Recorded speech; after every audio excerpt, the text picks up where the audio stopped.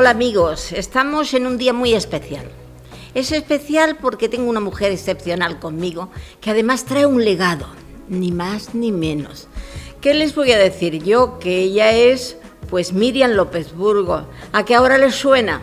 Claro, es lógico, su padre, autor de la Venus y la Niña del Columpio.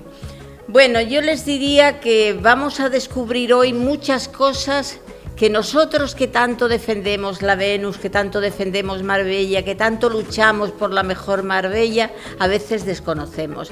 Por eso, en el centenario del nacimiento de Francisco López Burgos y casi el cincuentenario de la Venus de Marbella, que se cumple el año que viene, hemos pensado que es una fecha ideal para poder describir todo lo que se sintió en aquel momento. Y nada mejor que de la mano que de su propia hija. Hola Miriam, ¿cómo estás? Hola, muchísimas gracias por vuestra invitación a venir a Marbella, ciudad que quiero muchísimo y que desde luego siempre me acoge con muchísimo cariño y donde siempre me siento en casa. Muchas gracias. Bueno, tenemos que empezar, vamos a tener un proceso, porque nos vamos a meter de la Venus, pasando por la historia de tu padre, de tu padre a la Niña del Columpio, de la Niña del Columpio a la historia de tu padre, y después volvemos a la Venus. ¿Te parece bien ese recorrido? Como tú quieras. Bueno, pues vamos a empezar con eso. ¿Tu padre vino en el año 1972 o fue antes cuando se la encargaron? Yo ese dato, Inma, no te lo puedo asegurar, porque yo entonces andaba en otra tesitura de mi vida. Yo entonces estaba pues saliendo, entrando con mis estudios universitarios y sí, recuerdo cuando yo vine con él con una maqueta en cartón, vamos, un troquelado en cartón, para ver cómo tendría, o sea, qué tamaño tendría que tener para que se pudiera ver bien desde la playa. Pero si fue en el año 72 o un poquito antes o en el 70, eso imposible de decírtelo, no lo sé. Yo lo que sí tengo entendido, y bueno, se puede quedar ahí porque habrá personas que sí lo sepan mejor que nosotras en este caso, sí tengo entendido que todo se fraguó en el despacho de Paco Cantos. Que estaba allí Paco Cantos, que estaba tu padre, estaba Paco Lorenzo, estaba Paco Palma, en fin, la crème de la crème del ayuntamiento de aquella época. Y creo que realmente, según se comenta, pues Paco Cantos tenía mucha ilusión en que hubiera una imagen emblemática de Marbella. Y para eso nadie mejor que tu padre. Y por eso de ahí surgió, según mi entendimiento, que surgió precisamente por lo de imagen emblemática, porque tu padre ahí es un docto en la materia. Bueno, no te voy a decir que no. Efectivamente lo es. Ya lo que ya no sé es la conexión que mi padre hubiera tenido antes con Marbella. Porque sí, él venía al mundo de la noche, porque eso sí lo recuerdo, y venían mi madre y él pues a las primeras discotecas al aire libre que hubo aquí en Marbella, tenía amigos, pero ya lo del despacho de Paco Cantos no lo sé, porque eso no lo sé dónde se fraguaría la idea. Lo que sí sé es que en aquella época, en el año incluso bastante antes, tanto mi hermana Margarita como yo y un hermano que falleció, hacíamos esquí acuático. Antes habíamos sido esquiadores y seguimos siendo esquiadores de nieve desde siempre, desde pequeño, porque mi padre hizo la Virgen de las Nieves, que está en Sierra Nevada. Y bueno, nosotros hacíamos esquí acuático y mi padre en aquella época, bueno, y siempre se sentía fascinado por el mundo de la infancia, el mundo de la juventud, los deportes, todo eso le encantaba. Y bueno, hizo una esquiadora, ya no sé si fue anterior al encargo o posterior y ya se la encargaron. Lo que sí es cierto es que la Venus de Marbella se convirtió en el icono turístico de Marbella, conocida, yo creo, lo mismo que la Virgen de las Nieves en el mundo entero, y que ha sido imagen de Marbella, emblema de Marbella, y que le dio nombre a la playa del Fuerte, me parece. De la Venus. Pero antes no se llamaba así, era claro, del Fuerte. era del Fuerte, la playa del Fuerte. Tu padre ha recibido las mejores críticas de todos los periodistas. Bueno, yo, leyendo lo del libro que tú me mandaste, digo, madre mía, si solo con esto hay para hacer un libro, de los comentarios que dieron, además, periodistas que le conocían muy bien, porque justamente hablaban de su hidalguía, de su elegancia, esa elegancia innata en él. Entonces, había trazos muy personales en la crónica y otros muy profesionales, de ahí se deduce que eran amigos también, por supuesto. Pero yo te quiero decir una cosa, tu padre en realidad no estaba enmarcado solamente en, vamos a decir, en cosas triviales, vamos a decirle, sino que estaba también en el acto, en las acciones religiosas, ¿no?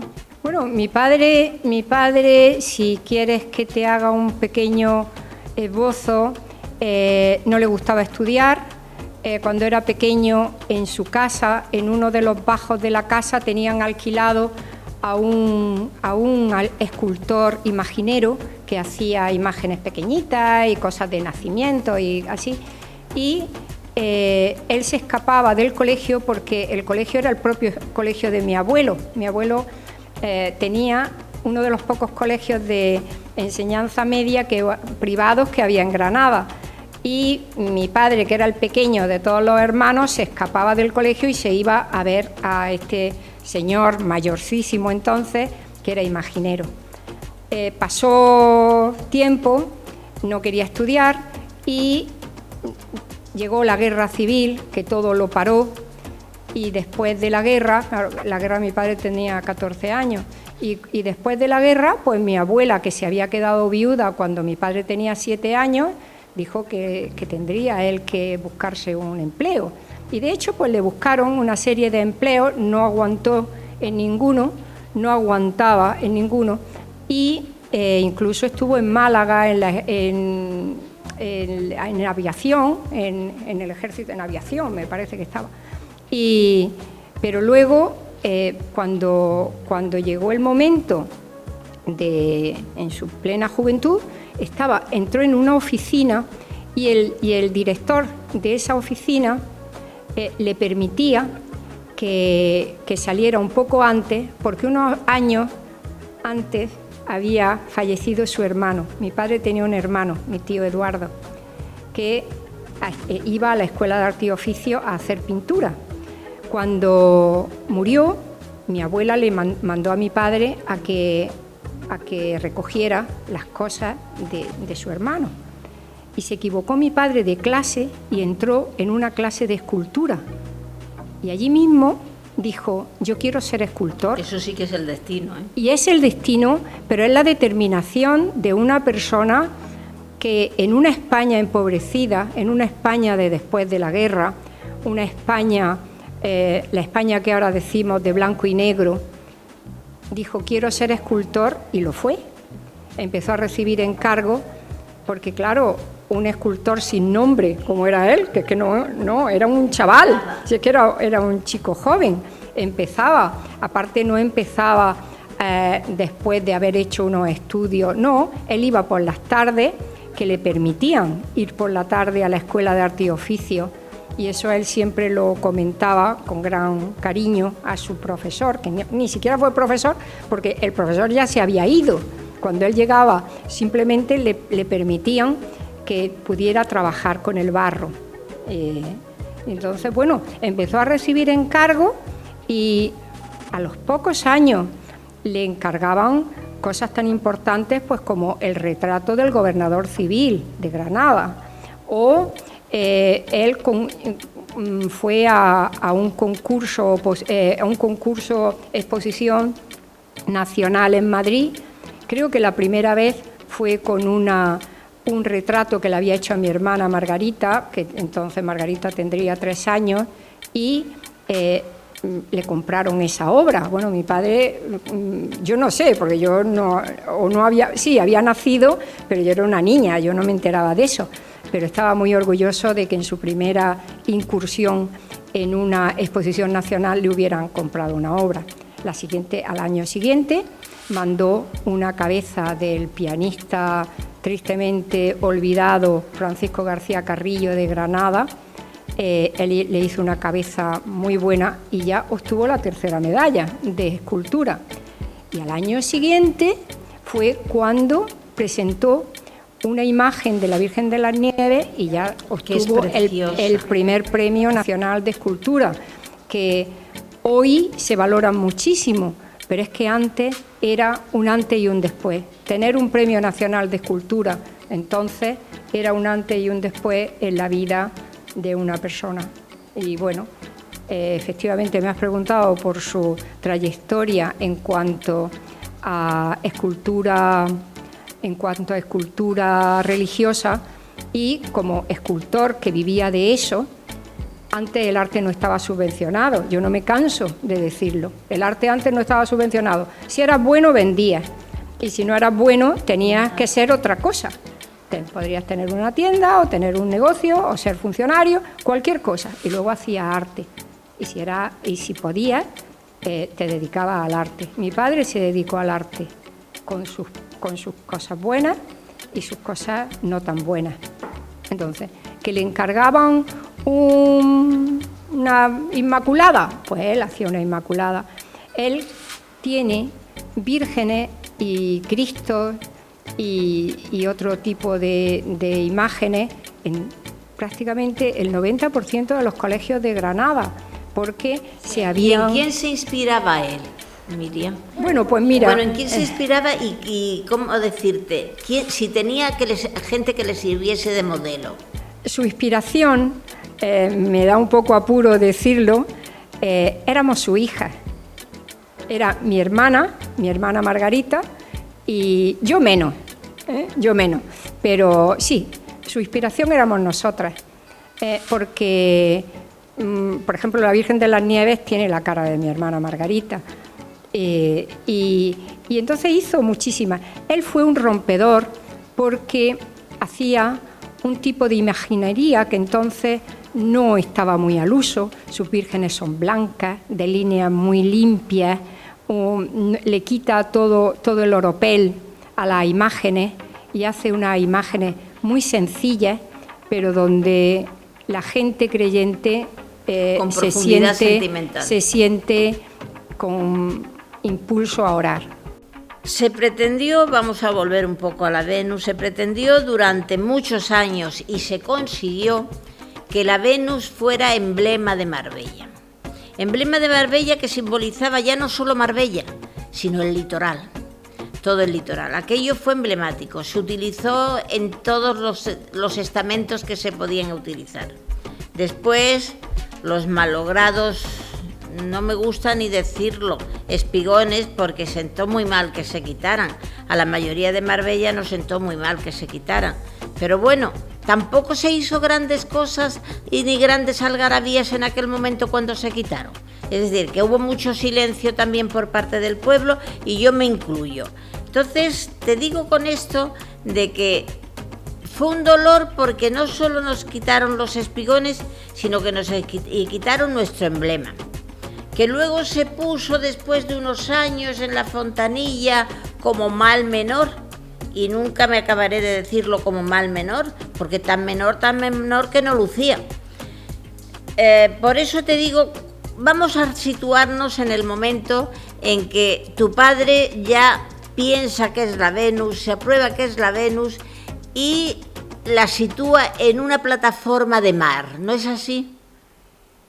El esquí y una plataforma, la fuente de mar, ¿no es así? Pues sí, realmente él quería que desde la playa la percepción que hubiera de esa escultura fuese de una esquiadora, y por eso cuidó hasta el último detalle de que fuese una fuente, que fuera una lámina de agua, que la fuente no le quitara protagonismo a la escultura y que la fuente se redujera solamente a los surtidores que iban debajo del esquí, que era una cosa tan sencilla como un tubo horadado y un pequeño motor. Y él ideó el que la fuente fuese así. Él no fue el autor de la fuente. Fueron Jesús Urrutia y García Santiago. Sí, yo lo vi grandes el otro día. amigos, claro grandes que amigos, sí, la claro verdad. que sí. Pero bueno, que la idea de que la fuente fuese así fue de él, porque no es que esa fuente existiera en la mente del arquitecto municipal, sino que mi padre le dijo cómo quería que estuviese situada la Venus. ¿Sabe en quién se inspiró? Para la Venus, pues no lo sé, pero nosotras porque es hacíamos una silueta perfecta, ¿eh? Nosotras hacíamos esquí acuático entonces en el pantano de Cubillas, era nuestro segundo deporte y me imagino que no habría una inspiración clara, pero bueno, él siempre ha sido amante de los deportes y admirador de las mujeres, entonces no podía haber puesto a un hombre. Hay una frase muy buena de su padre que dice que un Padre Nuestro se reza en cualquier ermita, pero que el amor hay que rezarlo en el altar mayor, el amor auténtico. Esto lo he sacado del libro, no sé si estoy acertada o no, pero yo tengo que decir una cosa. En las imágenes, por lo que he visto del libro, que iremos describiendo y desgranando, todas tienen algo en común, rasgos de amor. El artista puso amor en la obra. Es lo que yo vislumbro como persona lega en la materia, pero que sí tengo ojos y veo. Entonces yo te diría una cosa. ¿Por qué tu padre se inspiraba tanto en los niños? ¿Le apasionaban los niños? Bueno, a mí también. Es una cosa, o sea, a mi padre le apasionaba, o sea, se quedaba extasiado viéndonos jugar. Mi padre era un hombre de pocas palabras en casa, era simpatiquísimo en la calle, era una de las cosas que mi madre siempre se quejaba, era arrollador en la calle, pero en casa no era taciturno, pero estaba siempre en su mundo y de su mundo salía al vernos jugar. Y de hecho a él le encantaba mirarnos, vernos jugar, que éramos bastante salvajes, los tres hijos. Afortunadamente, porque en aquella época si no eran tontos. Claro. Y muchas de sus esculturas, yo que he hecho el libro, he tenido oportunidad de investigar un poco toda su obra, porque claro, para mí era mi padre. Yo lo que hacía en Estados Unidos o lo que hacía o las esculturas suyas de Japón o las esculturas suyas en Perú o donde sea, pues yo no lo sabía. Era mi padre el que ponía orden en casa y mi padre. Recuerdo que su conexión con Estados Unidos fue porque él había hecho una escultura de un marengo, de un niño sentado en uno de los en un moray, se llama noray, ¿no? En un noray de un puerto, un niño triste, taciturno, solitario, y esa escultura, no sé cómo, un coleccionista norteamericano entró en su taller o fue a su taller por lo que fuera y se la compró a raíz de aquella escultura, que por cierto mi madre siempre la quería para casa y mi padre la vendió. Mi padre tuvo una relación comercial y artística bastante importante durante 3 años con galerías de San Francisco, de Phoenix en Arizona, de bastantes sitios de Texas, de bastantes sitios en Estados Unidos, y casi todo lo que él llevó a Estados Unidos eran niños. Precisamente ahí en el libro consta, hay una foto donde el actor Charlton Heston se hizo con una de sus imágenes, ¿no? Una maternidad, precisamente, sí. Bueno, no sabes lo que presumíamos nosotras en el colegio, porque Charlton Heston nos firmó una postal de cuando, con una fotografía de él, cuando hacía de Cid Campeador, de plena actualidad entonces. Y yo debo tenerla todavía por mi casa, para Miriam Charlton Heston. Me encantaba, me sigue gustando. Sus viajes, y vamos a continuar con sus viajes porque lo estabas exponiendo muy bien, sus viajes eran pleno éxito, todos los que hacía eran pleno éxito. Sin embargo, hay una cosa que yo leyendo el libro, creo que coincido con algunos de los escritores que escriben sobre él, que él no se hacía valer. Él era muy sencillo, elegante, súper elegante, exquisito, una hidalguía plena, pero muy sencillo, él no se hacía valer. Por supuesto, yo no sé cómo expresarlo, por eso que te decía antes de que es mi padre, o era mi padre, y no, pero era una persona de una sencillez increíble. Sus mejores amigos eran su tallista, su dorador, y pasaba de estar con el tallista, con el dorador, con los que le trabajaban, con los aprendices que tenía, a ir a Irak y que lo recibieran ministros y que le pusieran una alfombra roja bajando del avión, pero que él era el primer sorprendido. Y, por ejemplo, estando en Estados Unidos, de Canadá le encargaron el retrato, el busto de un senador. O sea, hacía esculturas pues para los grandes magnates del petróleo. Él nunca jamás alardeó de eso. Yo de eso me he enterado después, viendo algunos de sus papeles. Nunca, nada. Él nunca presumió de nada. Bueno, es que desde mi punto de vista uno de carácter. Sus grandes admiradores y amigos periodistas fue Tico Medina.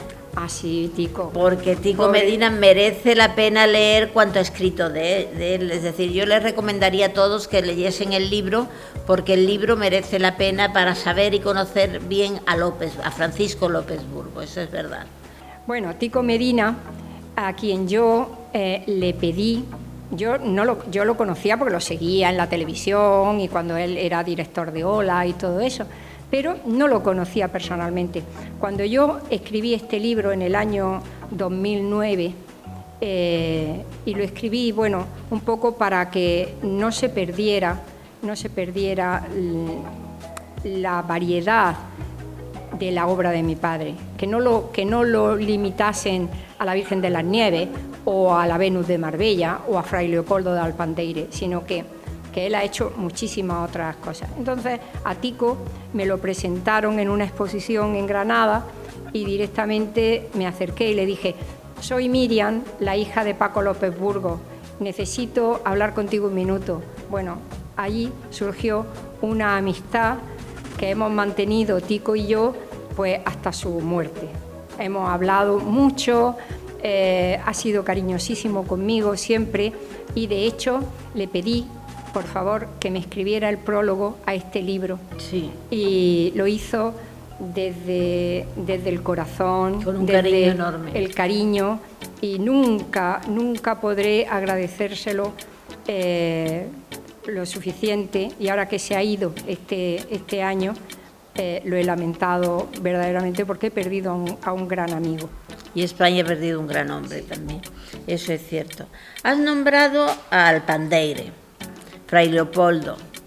Me gustaría que me dijeras cómo llegó a hacer esa obra, porque hay un dato que a mí me llamó la atención muchísimo, que es que incluso se vestía según lo que iba a hacer. Por lo visto, para Fray Leopoldo se puso un hábito. Mira, mi padre tenía que hacer un San Juan de Dios y el hábito de esa orden pues no tiene nada que ver con un hábito de un dominico o de un capuchino.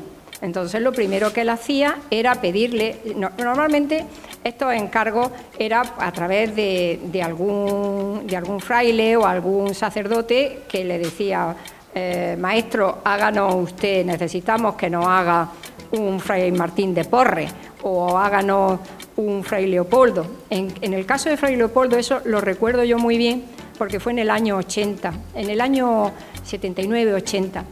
Esto surgió por la amistad de mi padre con Fray Ángel de León, que fue el fraile capuchino, que fue el impulsor de todo el proceso de santidad de Fray Leopoldo. La beatificación. De la beatificación de Fray Leopoldo.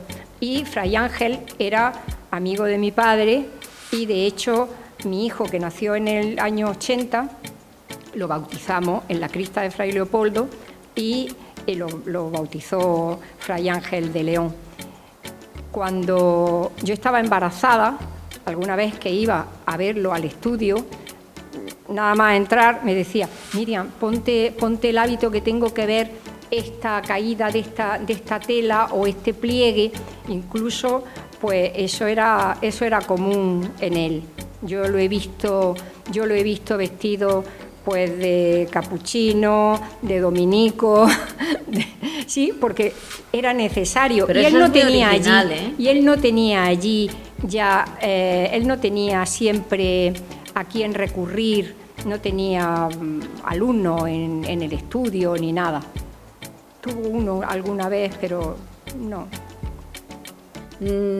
Hablar de tu padre y no nombrar los premios recibidos sería no solo incongruente, sino sería desagradecido.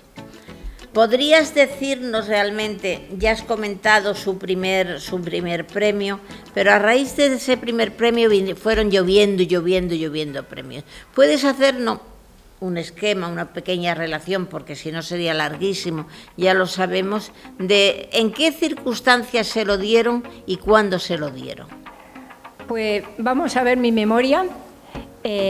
Ya te he hablado del Premio Nacional de Escultura, el primer Premio Nacional de Escultura. Antes de eso había sido tercera medalla con García Carrillo. Luego concurrió otra vez a una nacional en Barcelona con la Niña del Columpio y también tuvo premio, no recuerdo si la Niña del Columpio fue en Barcelona o en Sevilla, una exposición nacional, y tuvo primera medalla de escultura, con otra que me hizo a mí precisamente, que se llama Soledad. También tuvo premio Diputación de Granada en otra exposición nacional. Fue primer premio nacional de escultura de la Fundación Rodríguez Acosta, y eso es lo que yo ahora mismo puedo recordar. Bueno, ya casi al final de su carrera se enteró a través de un familiar que había en Irak un concurso internacional para la valentía del soldado iraquí. Si te digo la verdad, a veces he intentado saber si había algún régimen político extraordinario allí o no. No he sido capaz de saber. Bueno, es que es difícil, claro, es un país muy difícil sacarle la historia. Claro, y entonces, pero mi padre se enteró del concurso internacional y concurrió. Y se llevó no el premio especial, pero sí el primer premio internacional de escultura con la heroicidad del soldado iraquí. Me gustaría, ya que me dais la oportunidad, decir que él era un escultor como solían ser los escultores del Renacimiento, que hacían de todo, era un oficio. Mi padre no era la persona que le suena un día la flauta sobre un tema escultórico y ya lo explota hasta la saciedad, no. Él hacía retablos y hacía el diseño. Claro, él no estaba con la gubia continuamente, porque se hubiera eternizado, hubiera tardado una vida en hacer eso. Para eso tenía tallistas, pero él hacía los diseños. Hacía pasos de Semana Santa, hacía escultura laica, hacía todo, unas cosas por encargo y otras no se las encargó, otras por inspiración. Y muchas de las cosas que él llevó a concursos nacionales era por inspiración, porque Soledad, que es una escultura que yo le tengo mucho cariño, porque no solamente porque me la regaló él a mí, sino porque posé yo para ella, y que ahora está en el centro de Granada, en la plaza de Viva Taubín. Pues esa era inspiración propia, no era ninguna. Al decir la niña del columpio, tenemos que hacer énfasis en ello, porque primero, si no estoy mal informada, la musa en ese caso fuiste tú, la inspiración fuiste tú, de la niña del columpio. Sí, yo era ese tipo de niña. Hizo mi padre, puso unas cuerdas en una pérgola en la terraza y me dijo, súbete ahí y colúmpiate.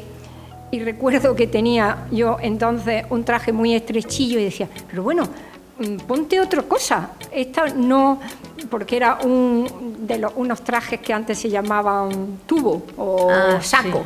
Sí, y el trapecio le pasaba igual, claro. Al trapecio le pasaba igual, tenía un poquito de forma y nada más. Y yo eso lo recuerdo. Y la niña del columpio, por ejemplo, una de las cosas, cuando yo vine a Marbella hace años a un congreso y la busqué y no la encontré porque estaba en la Avenida del Mediterráneo, creo que se llama la Avenida del Mediterráneo, sufrí al verla colocada allí. Primero, la habían tumbado, que esa no era una escultura para estar tumbada, estaba mal colocada. Además, no solamente que la habían colgado, sino que esa es una escultura que hay que verla alrededor, porque tiene varias cosas. Los 360 grados. Sí, porque, por ejemplo, el que las trenzas las tenga hacia atrás era para darle movimiento. El aire. Claro, tiene uno de los zapatitos, lo tiene que se le cae.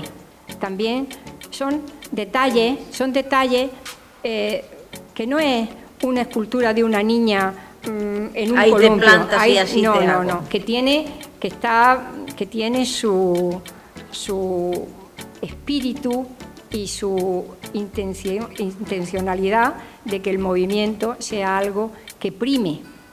Muchas voces se han alzado en Marbella porque ahora está en lo que es el Parque de la Alameda, el Paseo de la Alameda está en un sitio pues muy frondoso, pero tan frondoso que la niña apenas sí se ve. Es decir, está con el verde de la escultura y el verde de atrás, te tienes que fijar mucho porque si no es plan camaleón, la figura coge el color de atrás. Se está luchando también para que la cambien de sitio, que la pongan en otro, porque es que la escultura es preciosa y no sabes la cantidad de gente que se hace foto allí, que es verdad, cuando la descubren, claro, es que como descubrir, imagínate, en medio de la selva una escultura, pues eso es lo que parece. Y la verdad nos sentimos muy orgullosos también de la niña del columpio, y cuando yo me enteré que le iba a hacer una entrevista a la niña del columpio, me hizo muchísima ilusión, ya de entrada te lo digo. La niña ya queda poco. Pero eres la niña del columpio. Pero bueno, yo por dentro sigo siendo. Mira, aquí tengo yo ya un apartado un poco especial sobre Fray Leopoldo de Alpandeire, porque creo que ha sido una obra de las más perfectas de tu padre, ¿no? Bueno, yo eso no lo puedo decir. Lo que sí es cierto, y escribí un artículo que se llamaba Un rostro al que orar, es que no todos los artistas plásticos tienen la oportunidad de plasmar el rostro de una persona, de un ser que luego ha sido santificada. Mi padre lo conoció, mi padre era muy pequeño cuando Fray Leopoldo se paseaba por Granada pidiendo por las casas. Y cuando él hizo a Fray Leopoldo, cuando le encargaron el monumento a Fray Leopoldo, él lo había visto. Y para mí es importantísimo que la obra de arte te lleve a ser capaz de orar ante ella. Yo entiendo que hay tipos de escultura... Es transmitir el espíritu, ¿no? Claro, es que hay tipos de escultura, a lo mejor minimalista, que intenta, bueno, que no exista alma en un rostro. Y yo, si tengo que decir algo resumiendo de la obra de mi padre y, por supuesto, de muchísimos escultores y pintores, es, sobre todo los escultores, cuando saben sacar el alma a la materia, al barro, a la piedra, a la madera, y saben sacar el alma. Mi padre fue un gran retratista, porque copiaba perfectamente, no el rostro solamente de la persona a la que estaba haciéndole la cabeza, haciéndole un busto, sino su espíritu. Y eso yo lo he podido comprobar. Bueno, el premio de la Niña del Columpio fue en Sevilla. Fue en Sevilla. En Sevilla, sí. Exactamente. Sí, me había confundido con Barcelona. Lo tenía yo el recuerdo, por eso que es lo que pongo aquí, que hoy luce en el Paseo de la Alameda de nuestra ciudad, aunque realmente deberían de cambiarlo a otro sitio que luciera muchísimo más. Su padre trabajó siempre sin importarle el color político, ni la clase, ni el estatus. Era un hombre liberal 100%, además más que liberal yo diría libre, exactamente. Y claro, eso implica que su obra es tan rica, porque va a todos los lados.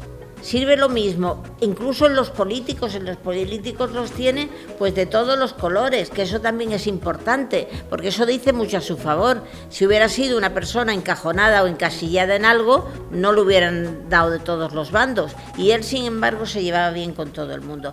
Eso se muestra, vamos a ver, se percibe en su obra, Miriam. Pues en su obra, desde mi punto de vista, sí, porque efectivamente tienes toda la razón cuando dices que fue una persona libre. Fue libre en todo. Él fue escultor. Vivió para la escultura. Era lo único que le importaba. Yo creo que nosotros estábamos en segundo o en tercer lugar, pero su vida era la escultura. Y de hecho, hay una cuestión que en Granada ha sido muy polémica, que durante mucho tiempo, o sea, él en el año 68, me parece, fue la primera persona que hizo, no en Granada, sino yo creo que nunca se había hablado de un monumento a García Lorca. Y mi padre hizo la primera maqueta conocida de un monumento a García Lorca.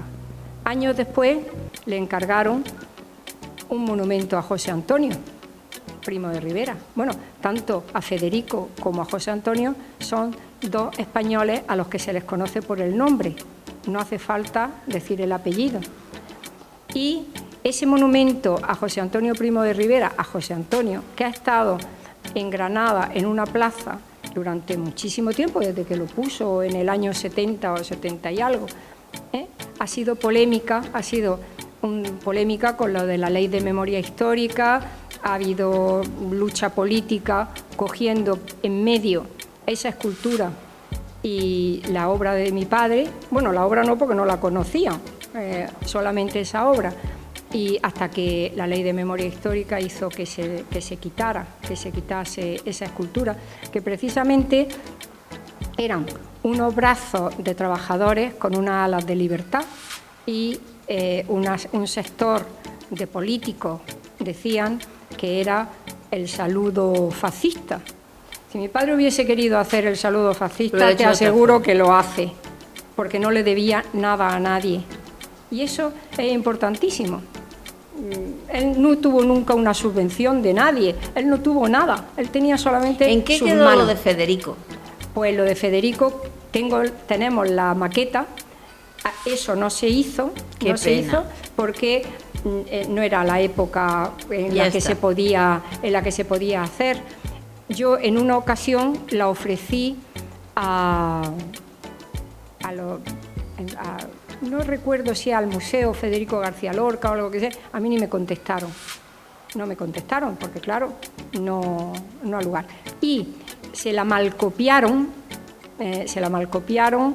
y le copiaron la idea, porque bueno, esta maqueta dio la vuelta al mundo. Yo tengo recortes de periódico de Grecia en los que se hace referencia a esa maqueta. Se la pidieron en París y en México, y él dijo que no, que su monumento a García Lorca tenía que estar en Granada.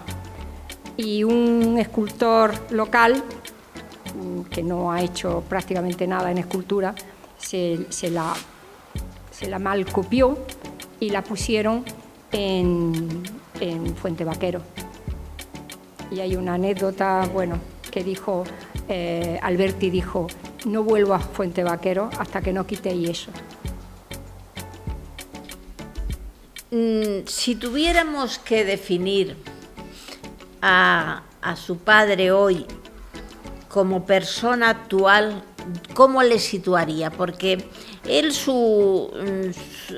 digamos que su arte siempre fue estilo libre, siempre, de la Virgen de la Sierra de las Nieves, aún por ejemplo la Niña del Columpio, hay una diferencia abismal. Pero, ¿cómo lo definiría hoy? ¿Seguiría siendo con su mismo carácter una persona libre? ¿Seguiría haciendo lo mismo y tal como lo hizo entonces? Por supuesto, Inmaculada.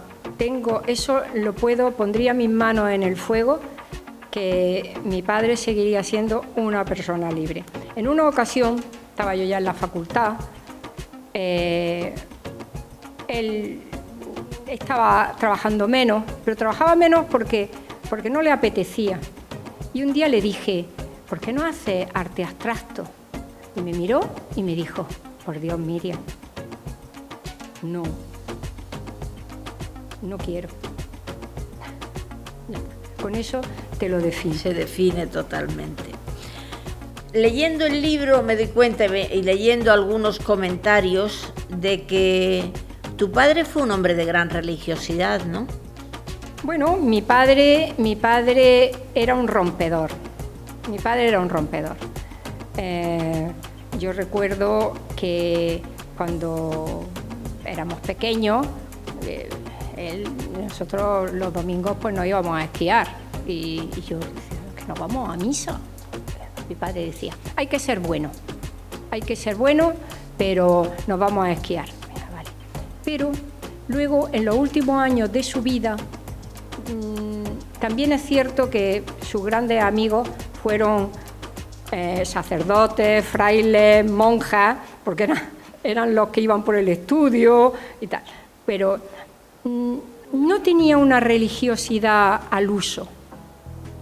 O sea, yo no creo que mi padre confesara jamás. Mi padre tenía un amigo cura y le contaría sus cosas, pero no... ¿Qué mejor confesión? Claro, pero que no era una persona excesivamente religiosa, o por lo menos yo no lo recuerdo. Sin embargo, en los últimos años, según figura en el libro, sí se acercó más a la fe, incluso llegó a ser de comunión diaria, ¿no? Era de misa diaria. O de misa diaria. De misa diaria, sí, era de misa diaria. Sí, cuando murió mi hermano, que murió con 30 años, mi hermano Eduardo, al que le hizo él un retrato precisamente que robaron del estudio de mi padre unos días después de morir. Oh. Sí, entraron y se llevaron una serie de cosas, entre ellos el retrato de mi hermano Eduardo, una terracota preciosa que le había hecho. Pues sí, entonces él cambió, él entró en un estado no depresivo, pero él decía... De elevación. No lo sé, él ya decía, es que no me gusta este mundo. Yo recuerdo que yo iba mucho a verlo y me decía, no me importa morirme porque a mí este mundo ya no me gusta. No me gusta. Había sido una persona juerguista, divertido, extrovertido. Era desde mi punto de vista, y está casi feo que yo lo diga porque era mi padre, pero fue desde mi punto de vista una persona genial. Según viene en el libro, y me remito a él una vez más, para tu padre fue un choque lo de tu hermano Eduardo, ¿verdad? Muy grande. Pues sí, sí fue un choque porque... ¿Elevó más su espíritu a partir de ese momento? ¿Se encontró un poco con la auténtica verdad de la vida? Pues no sé, me imagino que sí, me imagino que sí. Lo que sí es cierto es que él había sentido siempre pasión por sus hijos, pero sobre todo por mi hermano, que no solamente que nació 7 años después que yo era la pequeña, 7 años después, sino que era su hijo. Y bueno, no llegó a superarlo. Es que se traduce completamente en el libro el dolor que sintió. Bueno, mi madre tampoco. Mi madre aún vive y no lo ha superado. Bueno, ya no sé, ya no lo sé porque ella está en un estado en el que es difícil saber si piensa o no piensa. Una pregunta ahora, que no está en el guión siquiera, pero tú me la inspiras, que ¿cómo fue la convivencia con tu madre como pareja? Porque también a ella la utilizó algunas veces, ¿no? Como modelo. Bueno, mi madre fue pocas veces modelo. Mi padre le hizo una cabeza y creo que una cabeza le hizo. Y creo también que se inspiró para hacer una escultura que se llama Maternidad y que está en el Museo Nacional de Bellas Artes en Granada, que por cierto la tienen arrumbada. Lo digo desde aquí. Es que muchas veces yo cuando mi hijo era pequeño lo llevé a... Te voy a enseñar una escultura del abuelo y cuando llegué al museo ya no estaba. Y pregunté, bueno, ¿dónde está la maternidad de López Burgos? Y me llevaron a una especie de sótano y allí la tenían arrumbada. Hay cosas que no entiendo. ¿Y tú no las has podido reclamar para ti, Miriam? No, eso lo adquirió el museo, eso lo compró el museo. Pero si lo tienen abandonado... Imposible. No, eso no. Pero eso muchas veces, si el director del museo le gusta otro tipo de arte o no le gusta esa escultura o piensa que poniendo esa escultura no tiene el beneplácito de unos o de otros, pues la deja allí. En realidad, como tu padre de esa época, ha habido muchísimas personas y muchísimos hechos de que, sin ser ni de un lado ni de otro, cuando vinieron lo situaron donde quisieron. Entonces le pusieron un determinado color que no tenían, pero que sí le hicieron identificarse con él sin que ellos se identificaran. Es todo un juego de palabras, es cierto, pero es una verdad. Es decir, tenemos el caso de Pemán. Pemán, un hombre abandonado de todos, de todo eso, con la maravillosa obra que ha dejado. Sin embargo, pues claro, en Cádiz gobierna ahora otro color y Pemán no existe, cuando realmente fue fundamental en Cádiz, un hombre fundamental en Cádiz. En ese caso tengo que decirte que mi padre lo ha sufrido. Mi padre nunca fue de ningún color político. Bueno, mi padre lo ha sufrido y yo, que no soy protagonista de esta entrevista, yo en la universidad pues un poco también, porque nunca he sido de uno o de otro, nunca he sido de nadie. Bueno, Miriam, me estás inspirando tantas cosas que tengo que decirte que justamente si hablamos de la época de la Venus, la época de la niña del columpio, y antes me has hecho una pincelada de que tus padres venían a Marbella mucho por la noche para esas discotecas al aire libre. Yo me acuerdo que entonces era la auténtica aristocracia de Europa y los bohemios, es decir, la parte más bohemia y aristócrata se reunía en Marbella en esa época. Muchos al olor de Alfonso de Hohenlohe, que los traía él, y otros al olor de la misma Marbella, que tenía un encanto especial. ¿Por qué no nos hablas de aquella etapa de la vida de tus padres? Bueno, mis padres, mi padre no era un hombre de playa. Mi padre nos dejaba aquí, en los boliches, nos dejaba en junio cuando terminaba el colegio y él se iba a Granada a trabajar. Él decía que tenía que irse a trabajar y yo a veces me iba con él. Y bueno, yo recuerdo verlo extasiada cuando salían arregladísimos para Marbella. Yo creo que ellos no iban a fiestas, nunca, no recuerdo que ellos fueran a fiestas privadas, ellos iban a discotecas al aire libre. Eran fiestas públicas. Eran fiestas públicas y tenían aquí amigos, sobre todo Manolo Gallego, y tendría pues algunos más, pero es que como ese no era mi mundo, yo no lo pude. Yo lo único que era que los veía salir de casa. Bueno, Marbella también llamaba mucho la atención porque las mejores voces del panorama musical se daban cita aquí en esas fiestas de verano, no privadas, sino públicas.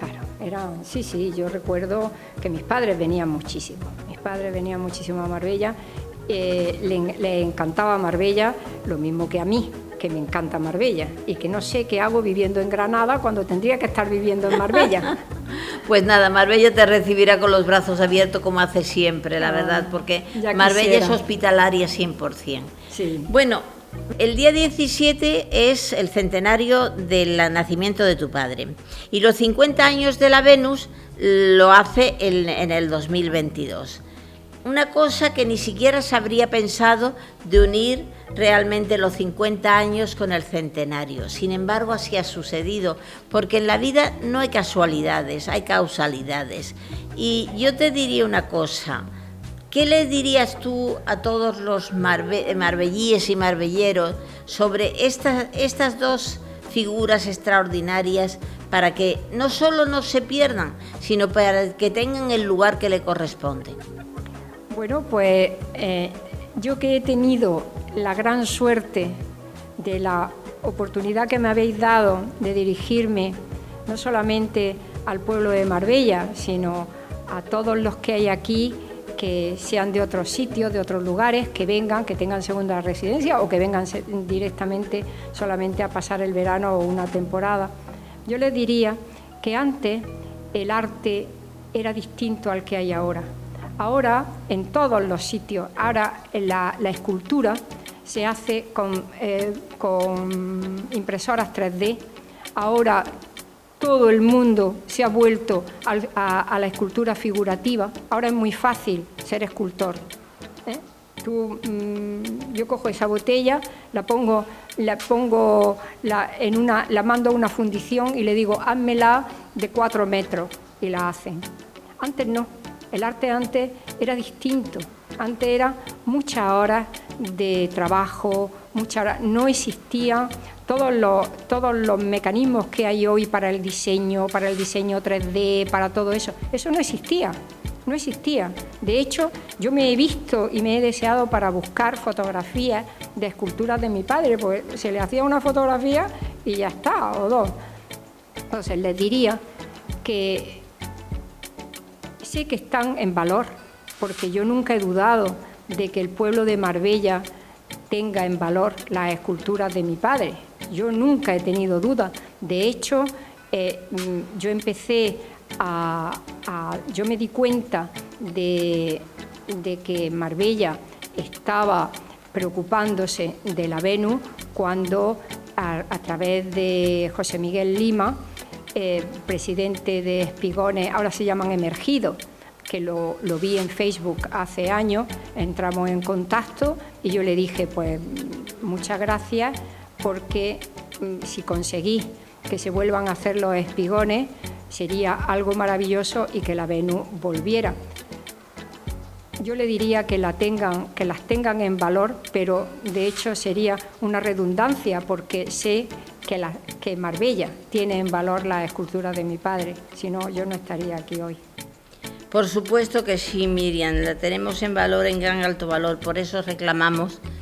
Bueno, yo creo que lo único que reivindicamos es que vuelva a su sitio. Claro, hace poco vi un vídeo, no sé si era vuestro, donde se decía que el problema de que vuelvan los espigones a su sitio es que hay una lapa en peligro de extinción, y alguien dijo hay 3 lapas o 5 lapas, y alguien también dio la solución, que esa es obvia, que cojan las piedras donde están las lapas, el agua del mar es la misma, unos metros a un lado y unos metros a otro, no es que el agua de la Fontanilla sea distinta al agua de la playa de la Venus.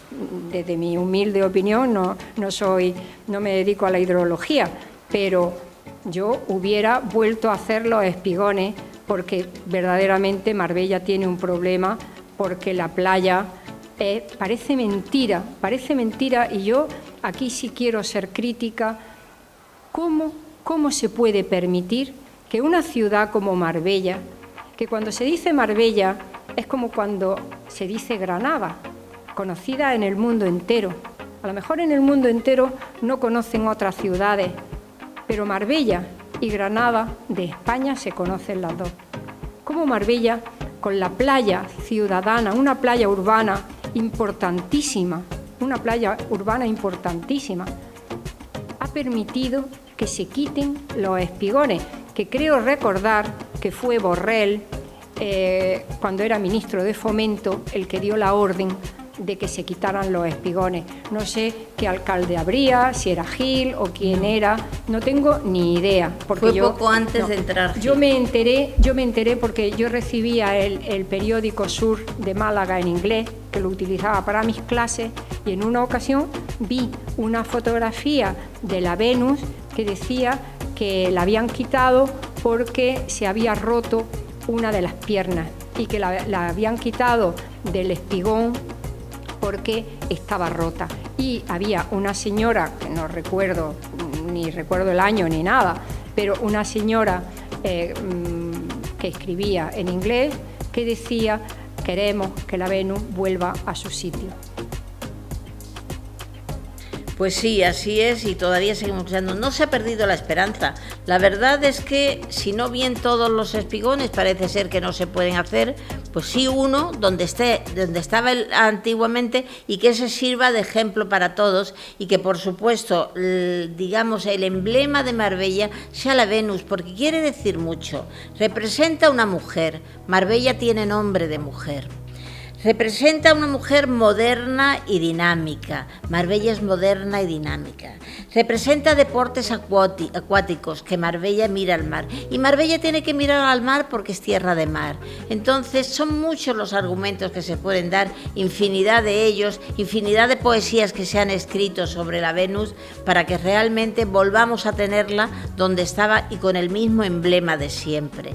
Y por cuanto a la niña del columpio, pues es cuestión de cambiarla de sitio dentro del mismo parque, pero donde la niña se vea, porque allí es que te tienes que fijar mucho, porque está dentro de toda la frondosidad del verde. Así que, bueno, Miriam, llegamos al final.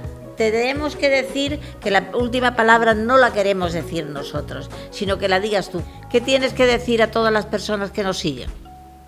Bueno, en primer lugar diría que Marbella es un paraíso, que tenéis una gran suerte viviendo aquí, que ya querría yo venirme, y que luchéis por lo que tenéis, y dentro de vuestro patrimonio cultural, tanto la Venus de Marbella, no porque la haya hecho mi padre, sino por lo que ha representado para la ciudad, como la niña del columpio, que yo no soy objetiva a la hora de hablar de ella, pero es una escultura que puede, y que estuvo en el centro de la Alameda.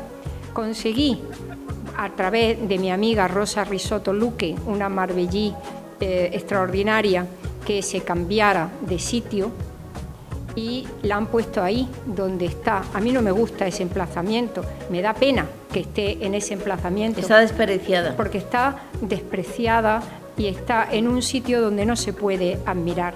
Cuando mi padre colocó la niña del columpio, estaba en el centro y estaba con un jardín, un pequeñito jardín bajo alrededor para que no se acercara a la gente, pero claro, creo que la hiedra creció tanto y tanto que hubo que tendrían, eso es tan fácil como que los jardineros del ayuntamiento lo poden y mantengan el jardín en orden, y que no lo dejen crecer, aunque a mí me da pena que se corten las plantas. A mí también, pero bueno, hay que cortarlas, sí, para que crezcan mejor. Es como el trigo, ¿no? El trigo para que crezca tiene que morir.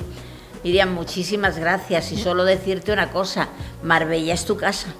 Pues muchísimas gracias a vosotros, me voy con el corazón partido, como diría Alejandro Sanz, y muchísimas gracias, habéis sido muy amables y yo siempre en Marbella me siento en casa. Muchas gracias.